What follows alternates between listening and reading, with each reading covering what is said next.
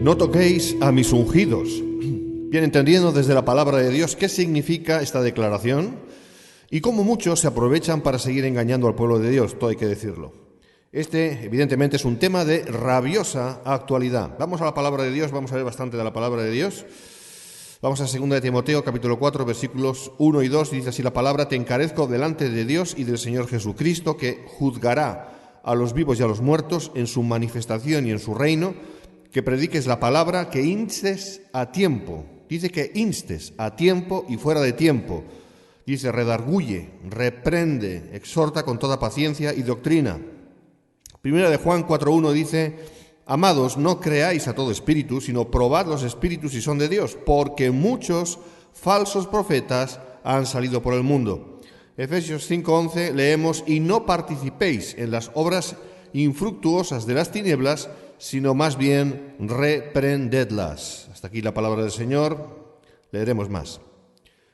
Bueno, partiendo de ciertos posicionamientos teóricamente bíblicos, y digo así porque se usan a libre e interesada interpretación de algunos, como veremos, hoy en día se ha desarrollado una forma de caciquismo espiritual, el cual eleva y mantiene en una posición de intangibilidad a esos que se les ha venido a llamar como nuevos ungidos. Esos, llamémosles líderes, que no siervos, ya no son como los que solían ser, es decir, verdaderamente humildes, accesibles, transparentes, sufridos, enseñables, conforme a Tito 1, 7, 9. No, ahora subidos en sus imaginarios e intocables pedestales de religiosa infabilidad, se pavonean ante todos en su supuesta superioridad, abrigados en soberbia, porque todo hay que decirlo, mostrando los preciosos colores de sus etéreas y suntuosas plumas, como los especialmente elegidos para liderar a sus súbditos correligionarios. Cualquier cuestionamiento que se les haga es visto como un signo de rebelión. Están subidos en sus álgidos pedestales, pero solo en su imaginación, por supuesto. Muchos de ellos saben cómo disimular su orgullo ante los demás, otros ni siquiera se molestan en hacerlo. Pero el resultado, en definitiva, es el mismo, y su mensaje, con el cual han sabido aleccionar muy bien a todos por años, que les sirve de escudo y protección también. Dicen: no toquéis a mis ungidos. Hermanos, criticar o cuestionar cualquier cosa que digan o hagan, juzgar las evidencias de sus acciones, actuaciones, enseñanzas, conducta, etc., es absolutamente inaceptable. Ahora bien, muchos de ellos o sus seguidores, a los que se oponen o discrepan, se permiten el lujo de atemorizarlos con amedrentamiento y hasta con decretos no exentos de amenaza. Amedrentamiento quería decir. Esa amenaza es: ¡ay del que toca al ungido! Y defendiéndose como gato panza arriba ante la crítica de sus enseñanzas o de su presunto ministerio por parte de los que nos atrevemos a hacerlo, la respuesta de ellos o de sus correligionarios, cosa que nosotros no osamos hacer, es siempre la de cuestionar los motivos, sin cortapisas, aduciendo envidia, celos e incluso odio, como si de veras pudiesen juzgar la intención de nuestro corazón. Olvidan que el único que puede juzgar el corazón es Dios, que es el único que lo puede ver. Por lo tanto, al resto de los mortales no se nos permite observar, denunciar sus desvaríos, así como reprenderlos, conforme 2 de Tito 3:16, bajo caer en el pecado de la murmuración y la crítica, según dicen. Para ello, y entre otras actuaciones, esgrimen de forma inadecuada la palabra, presentándonos diferentes ejemplos del Antiguo Testamento, sacados de su contexto e intención originales. Y vamos a ver acerca de esto último. Así que vamos a comparar a los modernos ungidos con, por ejemplo, Moisés. Bueno, uno de estos ejemplos, en cuanto a la murmuración, vamos a ver qué es murmuración. La murmuración, bíblicamente, es conversación en perjuicio de un ausente. Eso es murmuración, conversación en perjuicio de un ausente, y evidentemente eso está mal. Bien, uno de esos ejemplos que la palabra nos habla en el Antiguo Testamento, en concreto en el libro de Éxodo, es acerca de la murmuración de María y de Aarón contra Moisés y el castigo que sufrieron. Eso se puede ver, en el libro de Números, capítulo 12. sin comprender que los dos hermanos de Moisés realmente procedieron mal, eso es evidente, llevados por los celos y el racismo y no por una sana crítica. Ahora, la crítica es examen y juicio acerca de alguien o algo. Si alguien dice, es que tú criticas, pues dices, pues sí, efectivamente, yo critico, porque el criticar es poner por acción la crítica, que es, examen y juicio acerca de alguien o de algo, conforme el diccionario lo dice. En sí no es malo, es necesario, porque si no criticamos, si no discernimos, si no juzgamos, entonces somos, evidentemente, primeramente, unos ingenuos y luego seremos siempre engañados. Otro de los varios ejemplos que se presentan es el de la rebelión de Coré, Números 16, donde es decir, Coré, también Datán y Abiram, Ión, etc., dice la palabra, se levantaron contra Moisés con 250 varones de los hijos de Israel. Números 16, versículos 1 y 2. Bueno, por este caso como ejemplo nos parece también un absurdo especial. Vamos a ver, Coré y los demás, los motivos por envidia y rebeldía, se levantaron contra la autoridad espiritual que Dios había colocado en su pueblo. Ahora, varias cosas hay que entender. Primeramente, número 1, estamos hablando en el contexto del Antiguo Testamento. Número 1, Moisés era tipo de Cristo. Fue el mediador verdadero y escogido de Dios que Dios levantó para guiar a su pueblo, sacándolo de Egipto y llevándolo a través del desierto hacia la tierra prometida. Así que levantarse contra Moisés en ese momento sería como hoy en día levantarse contra Cristo hombre. Siempre hay distancias, pero básicamente sería eso.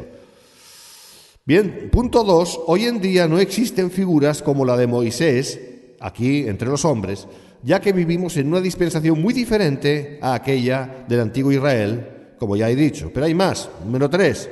Escuchen. Si Moisés hubiera hecho algo públicamente pecaminoso, malo o incorrecto, escuchen bien, si lo hubiera hecho, hubiera sido absolutamente lícito y escritural y necesario que se hubieran levantado personas para demandarle rectificación, exponiendo públicamente sus presuntos pecados. Eso no hubiera sido murmuración ni crítica desautorizada, sino un acto de plena y simple y sencilla justicia. Esto último no ocurrió, porque Moisés fue fiel todos los días de su peregrinación. Números 12:7. Sigo, si Moisés hubiera requerido de corrección o reprensión, pública o privada, pues habría que habérsela dado, porque Dios siempre ha tenido a sus profetas dispuestos para el caso, como fue con Natán respecto a David, segunda de Samuel, capítulo 12. Y Dios no hace acepción de personas, hermanos. Así que la murmuración no es la sana crítica o la reprensión bíblica, según de Timoteo 4:2, sino una herramienta del diablo para destruir con la lengua. Eso es la murmuración. Pero la crítica sana es necesaria en el cuerpo de Cristo, hermanos. Sigo. Vamos a ver el ejemplo de Pablo y Pedro. Privacidad o publicidad, así lo he destacado. Hermanos, si es que deseamos y oramos por un verdadero cristianismo conforme a la Biblia, entonces nadie en el cuerpo de Cristo, o presuntamente en él, puede ser inmune a la corrección. Nadie. Y quien públicamente enseña herejía, hermanos, públicamente deberá ser reprendido. Este último caso lo tenemos descrito en la palabra de Dios cuando Pablo reprendió a Pedro y lo hizo de forma absolutamente pública.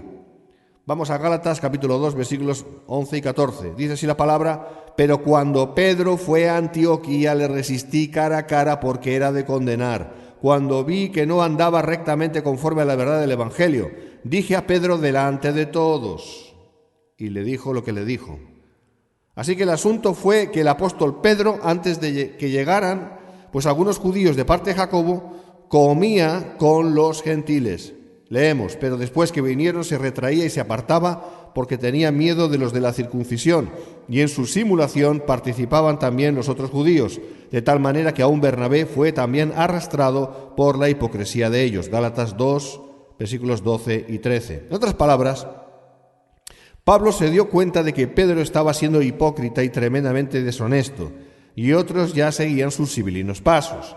Así que con que públicamente pecó, públicamente fue reprendido.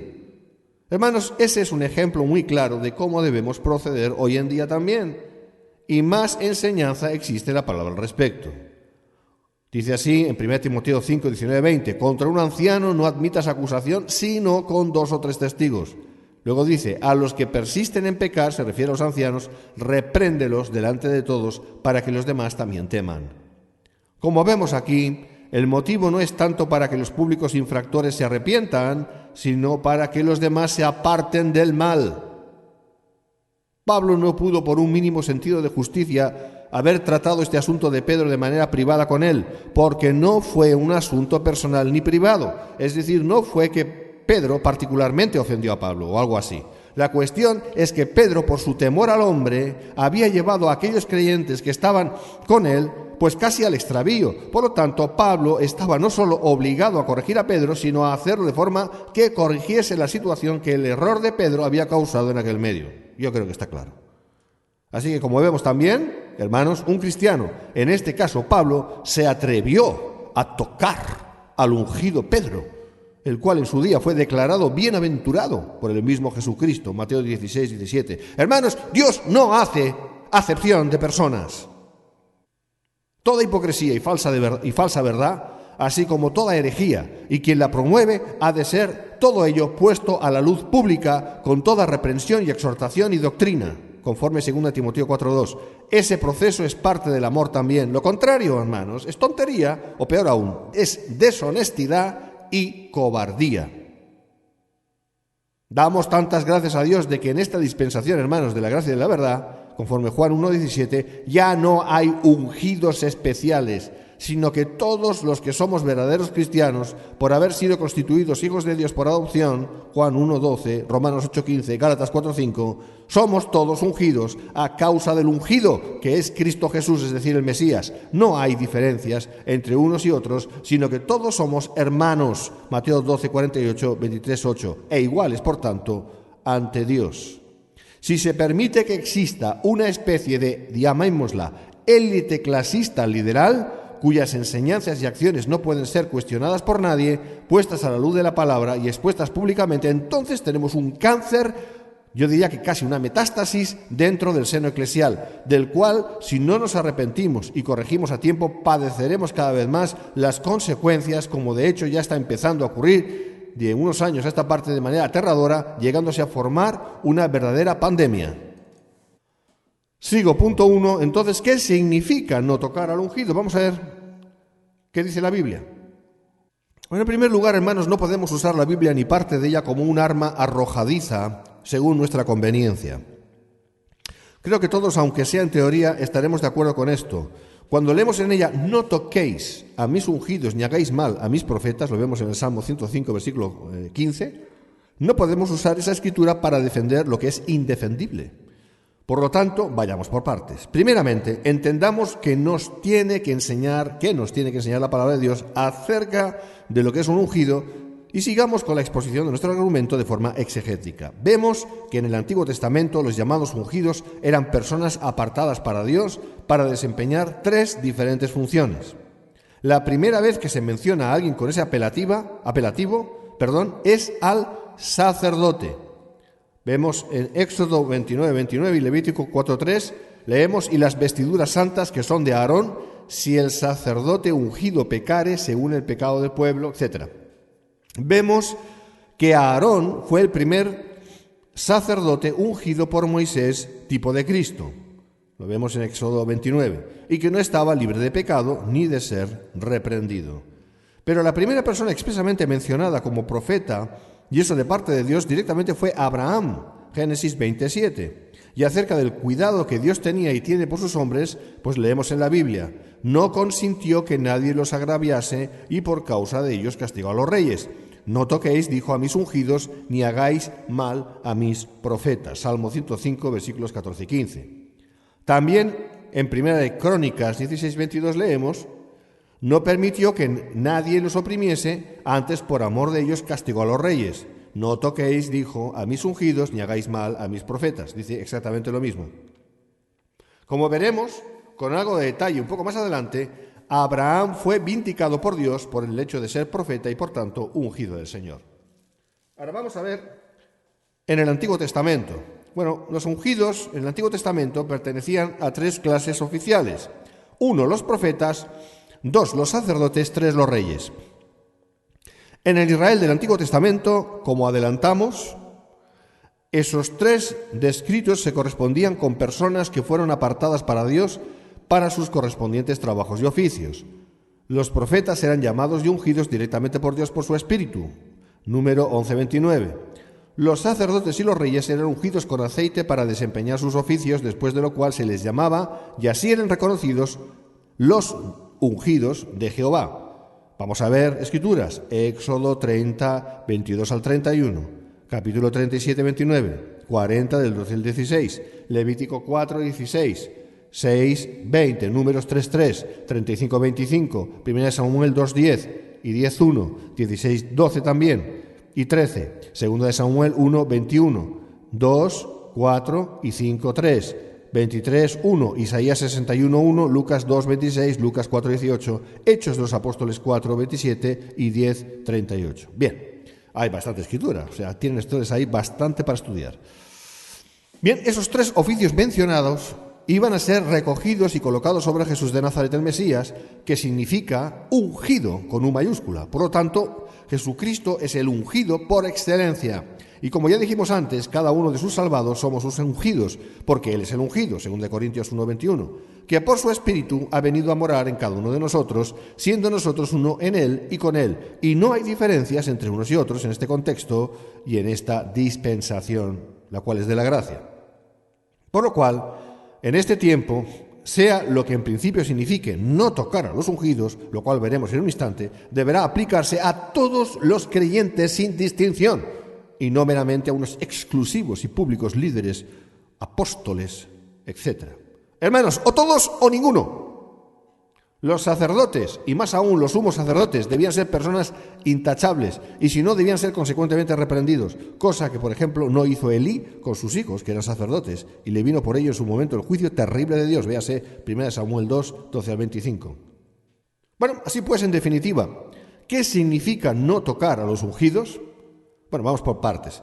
Vamos a ver. En el Antiguo Testamento, el no tocar, el llamado no tocar a los ungidos y a los profetas tenía el sentido de no hacerles daño, no hacerles mal, ni de injustamente agraviarles, menos aún matarles. El caso muy concreto fue el de Abimelech, cuando estuvo a punto de tomar por concubina a Sara, la esposa de Abraham, y Dios intervino directamente como lo hizo, véase en Génesis 20, 3 al 7, por ser Abraham el ungido de Dios. Efectivamente, en este caso, este hombre Abimelech, aún y en su ignorancia, estuvo a punto de cometer un gran pecado, ofendiendo y dañando a Sara y a Abraham, aunque Abraham se lo buscó. Eso hay que ver la historia, ¿eh? Vamos con David y Saúl. Este es un caso muy manido, por cierto. Bueno, otro caso, como digo, es el de David y el rey Saúl. En 1 Samuel 24 encontramos que el rey Saúl, de forma empecinada e injusta, perseguía con ahínco satánico a David para darle muerte. No obstante, y a pesar de su obstinación, Dios entregó a Saúl en manos de David 2 veces. La primera vez en aquella cueva del desierto de Engadi. Hubiera podido David matar a Saúl ahí mismo, pero con que aquel era todavía el rey ungido de Israel, no lo hizo. Y estas fueron sus palabras. 1 Samuel 24:6. Leemos: Jehová me guarde de hacer tal cosa contra mi Señor, el ungido de Jehová, que yo extienda mi mano contra él, porque es el ungido de Jehová. Está claro. Pero hermanos, es el Antiguo Testamento, ¿eh? Sigo. Más tarde, la misma situación se repitió y David volvió a negarse a dar muerte a su terrible enemigo. Lo vemos en 1 Samuel 26, 8, 9. Por favor, léanlo. 1 Samuel 26, 8, 9.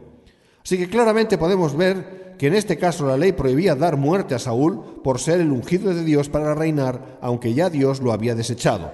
David no se atrevió a dañarle, menos todavía a matarle a causa de esa palabra. No toquéis a mis ungidos. Salmo 105. Ahora bien, hermanos, ¿qué tendrá que ver esto con no reprender a aquellos que en la actualidad enseñan herejía o malas acciones al pueblo de Dios? Bueno, pues absolutamente nada. En ningún modo se puede justificar con esta frase del Antiguo Testamento que no debamos atrevernos a cuestionar las enseñanzas de algunos de estos líderes ungidos, como se llaman, de la actualidad, y a ellos mismos, muchos de ellos que lo son solo hermanos, en apariencia. Bueno, en ningún modo. David, aunque pudo, no dañó ni dio muerte a Saúl por 2 veces. Es decir, no le tocó. No obstante, sí le reprendió en presencia de todo su ejército, por lo menos 2 veces. Véase 1 Samuel 24, del 10 al 15, y 1 Samuel 26, 16 al 20. Así que entendamos bien esto. Todos los ungidos del Antiguo Testamento, incluido el propio David, fueron debidamente reprendidos, incluso públicamente, por los profetas de Dios. La Biblia ofrece una amplia exposición de todo ello. Así también ha sido en el Nuevo Testamento, como vimos en el caso de Pablo, en respecto a Pedro. Así que, insisto en eso, el rey Saúl, aunque no fue tocado por David, sí fue reprendido por él públicamente, que de eso se trata. Veamos de nuevo la porción escritural con la que abríamos este artículo. 2 Timoteo 4, 1, 2 leemos: Te encarezco delante de Dios y del Señor Jesucristo, que juzgará a los vivos y a los muertos en su manifestación y en su reino, que prediques la palabra, que instes a tiempo y fuera de tiempo, redarguye, reprende, exhorta con toda paciencia y doctrina. Y doctrina, hermanos. Por lo tanto, de una vez por todas, no se puede esgrimir el texto bíblico de no tocar a los ungidos a la hora de vernos refutar, reprender, exhortar, redarguir, combatir las falsas enseñanzas y a los que las promueven.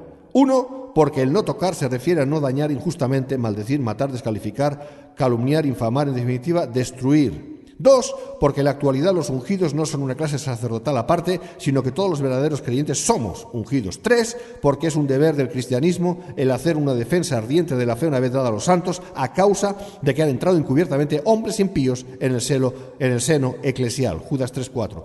Hermanos, más alto se puede decir, más claro no.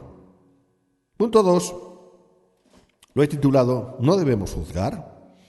Bueno, equivocadamente muchos hoy en día, escudándose en un sentido humanista del amor y de la ética, creen que es incorrecto no solo delatar el error, sino además dar a conocer los autores de ese error. Bueno, aquellos que creemos fielmente en exponer o delatar la herejía de acuerdo a la Biblia, ahora estamos siendo en muchos casos ferozmente increpados, acusados de ser descorteses y faltos de amor, cosas peores, como que algunos todavía van más lejos, tomándose el incierto lujo de acusarnos de envidiosos o llenos de odio. O sea que en un sentido están haciendo peor que nosotros, entre comillas. Uno de los famosos dichos que esgrimen para no hacer ni permitir hacer una defensa de la fe es el de no juzgar. Uno de los versículos mal usados de la Biblia para ello es Mateo 7:1, que dice: no juzguéis para que no seáis juzgados. Pero como siempre venimos diciendo a lo largo de tantos artículos, cada versículo de la Escritura debe ser entendido en su contexto y no de manera aislada y menos aún malintencionada o fuera de la intención. Hermanos, se desmonta fácilmente la errónea intencionalidad al usar este versículo de forma aislada, como examinemos su contexto. ¿Qué es lo que vamos a hacer? Examinarlo. Dice así: porque con el juicio con que juzgáis seréis juzgados, y con la medida con que medís os será medido. Y porque miras la paja que está en el ojo de tu hermano y no echas de ver la viga que está en tu propio ojo. O como dirás a tu hermano: déjame sacar la paja de tu ojo, y he aquí la viga que hay en el tuyo. Hipócrita, saca primero la viga de tu propio ojo, y entonces verás bien para sacar la paja del ojo de tu hermano. Mateo 7:2-5. Bien claramente vemos que el tipo de juicio a que se refiere el Señor, el cual tiene la implicación de juzgar condenando, que eso es lo que significa en griego el juzgar, en este caso, es la palabra, el verbo krínete, que significa juzgar hacia condenación, se refiere a un juicio hipócrita, es decir, basado en el fingimiento, doblez y o ceguera voluntaria, y no en la verdadera verdad de la Escritura, valga la redundancia. Como nos lo remata el Ministerio de Discernimiento Bíblico cuando señala, voy a leer: el hermano que tiene una viga en su propio ojo no debe juzgar a otro que tiene una paja en el suyo. La enseñanza es clara: usted no puede juzgar a otro acerca de su pecado si usted es culpable del mismo pecado. Eso es evidente. Pero esto dista mucho de hacer un juicio justo conforme a la Escritura, como el Señor Jesús nos alienta a hacer en Juan 7:24, cuando dice: no juzguéis según las apariencias, sino juzgad con justo juicio. Así que sí hay que juzgar. Aquellos que se aferran a no juzguéis para que no seáis juzgados, al condenar a aquellos que delatan el error, deberían leer el capítulo entero. Jesús dijo: guardaos de los falsos profetas que vienen a vosotros con vestidos de ovejas. Versículo 15. Hermanos, ¿cómo podemos conocer a los falsos profetas si no los juzgamos de acuerdo a la palabra de Dios? Bien, algunos se acogen a otro pasaje bíblico para argumentar que no debemos juzgar. Van a Santiago 4, 10, 11 y leemos así, la palabra del Señor. Hermanos, no murmuréis los unos de los otros. El que murmura del hermano y juzga a su hermano, murmura de la ley y juzga la ley. Pero si tú juzgas a la ley, no eres hacedor de la ley, sino juez. Un solo es el dador de la ley, que puede salvar y perder. Pero tú, ¿quién eres para que juzgues a otro? Nótese que dice murmurar. Y ese juzgar al hermano va en el mismo contexto. Por lo tanto, no es un sano juzgar, sino más bien un dañar injustamente o un tocar al hermano. Evidentemente, eso no lo debemos hacer. Y si hacemos así, hacemos mal. Pero esto dista mucho de la apologética, es decir, la defensa de la fe, tal y como venimos enseñando. John MacArthur dice así respecto a este pasaje. Cito: esto se refiere a calumniar o difamar. Santiago no prohíbe la confrontación de quienes están en pecado, lo cual se manda en otros pasajes bíblicos. Y cita Mateo 18, versículos 15 al 17, Hechos 20, 31, 1 Corintios 4, 14, Colosenses 1, 28, Tito 1, 13, 2, 15 y 3, 10.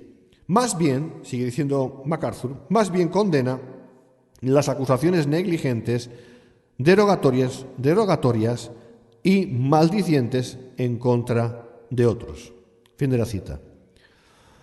Hermanos, antes de avanzar en este punto, dejemos claro lo siguiente, que es una pregunta. ¿Con qué autoridad podemos y debemos reprender y corregir? Piensen bien. Repito la pregunta. ¿Con qué autoridad podemos y debemos reprender y corregir? ¿Les digo la respuesta? Ustedes la saben. La respuesta es: con la que nos concede la palabra de Dios. Hermanos, es la palabra de Dios la que juzga y no nuestro parecer humano. Es la palabra de Dios la que descalifica lo incalificable, la que reprende lo reprensible, la que corrige lo incorregible, la que separa lo inseparable, la que destruye lo destructivo, la que juzga es la misma palabra de Dios, y esa palabra de Dios, cual espada de dos filos, ha de ser consecuentemente esgrimida con rigor y con verdad. Pero ha de ser esgrimida. No ha de permanecer en la vaina, ha de ser desenvainada, hermanos. Una espada no sirve para nada si está en la vaina. La espada sirve cuando se quita de la vaina y se usa conforme lo que es, en este caso la palabra de Dios. Así que la palabra cual espada del Espíritu tiene que ser desenvainada y blandida con rigor y con amor, porque si no es blandida con amor y por tanto conforme a la verdad, es mal blandida. Y esa es nuestra porción, hacerlo bien para el Señor. Tomad la espada del Espíritu, que es la palabra de Dios, dice Efesios 6, 17. Así que no vale decir, como muchos hacen y dicen, cito, ya Dios les juzgará y usted solo dedíquese a orar y a llevar la palabra a los perdidos. No, hermanos, no, eso no es así. Eso no es así. Usted y yo tenemos la tremenda responsabilidad ante Dios de ser sal y luz.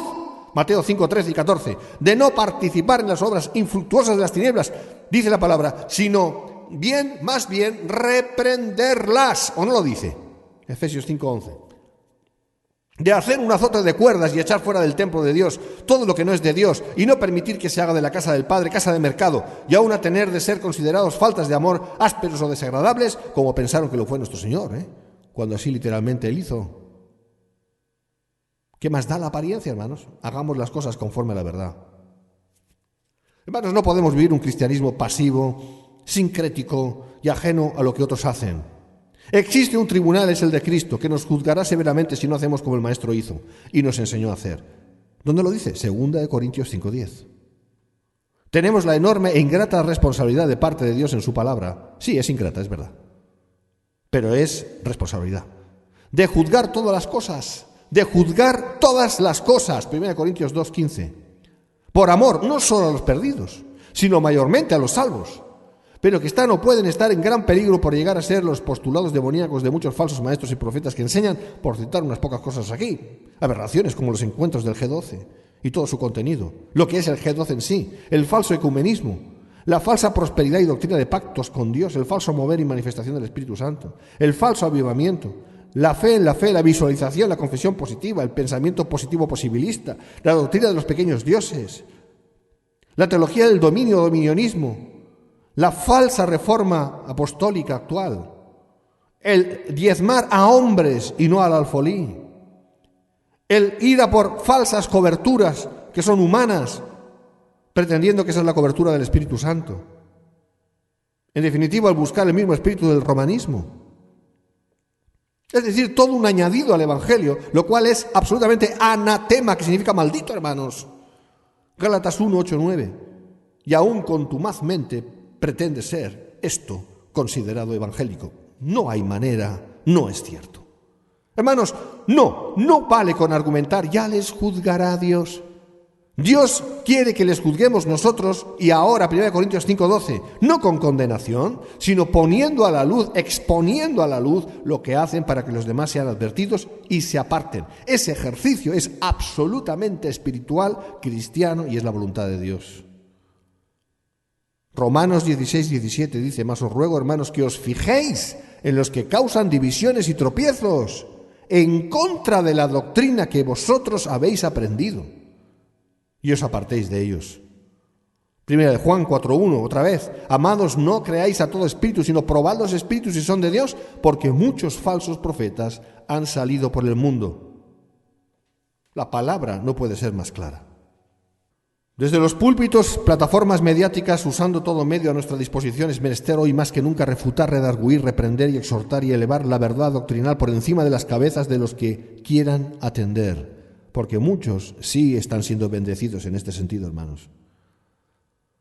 Si un hombre que dice serlo de Dios públicamente enseña doctrina y acciones heréticas y destructivas, aunque las presente adornadas con 1001 diferentes atuendos graciosos, que no de gracia, tendrá que ser públicamente expuesta a esa falsedad y a él mismo a través del ministerio de la palabra. Y si no se hiciera así, hermanos, pecaría él y pecaríamos todos los que, entendiendo la situación, no hiciéramos o no hagamos o no estemos haciendo nada al respecto.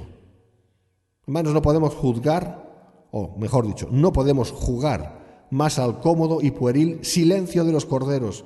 El deber de cada verdadero creyente es el de ser celoso y activo en la defensa de la fe.